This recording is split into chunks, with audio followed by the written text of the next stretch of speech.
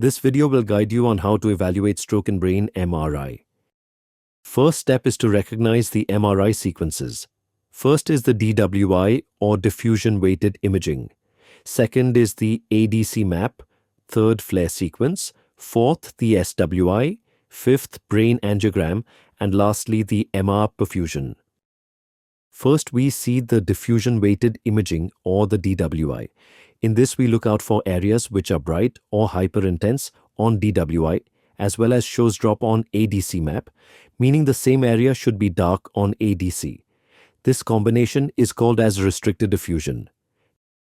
Now, what is restricted diffusion? Let's look at this example where we have normal cells and water molecules around the cells. Normally, the water molecules are free to move around the cells, meaning there is no restriction of diffusion. But what happens when the cells die? The water molecules move inside the cells and the cells get swelled up. Now, the movement of these water molecules gets restricted by the cell membranes. And this phenomenon is called restriction of diffusion. In this image, we have restriction of diffusion in the area supplied by left MCA territory. So this is a left MCA territory infarct. Then we see flare sequence. Here we need to see that whether we see the infarct like in the DWI and ADC, whether it is seen here or not.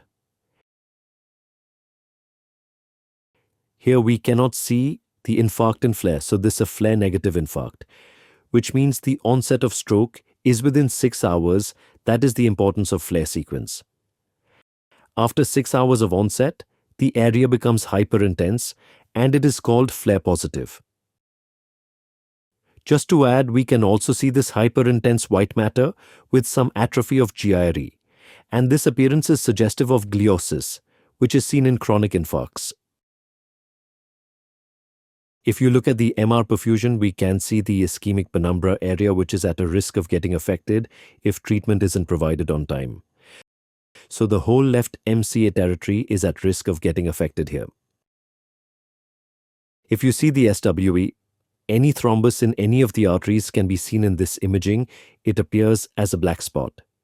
Also, if there's any hemorrhage or any chronic blood clot, they will also be seen as blooming. So hemorrhagic strokes or SAH can also be seen on SWA. Then we see the brain angiogram. Here we identify the anatomical blood supply of brain, the vertebral arteries, the basilar artery, the PCA branches. Then we have the internal carotid arteries, which gives the MCA branches and the ACA branches. Now here it is noticeable that there is abrupt narrowing of the left MCA, which could be due to a thrombus. You can see in the normal scenario all the branches from the left MCA are fully opacified, but in the affected image, an abrupt cutoff is seen. So this was a brief on how we see stroke in brain MRI. There's a lot more to learn, but we will be upcoming with more such videos to make it simplified for you. Hope it was helpful. Thanks for watching.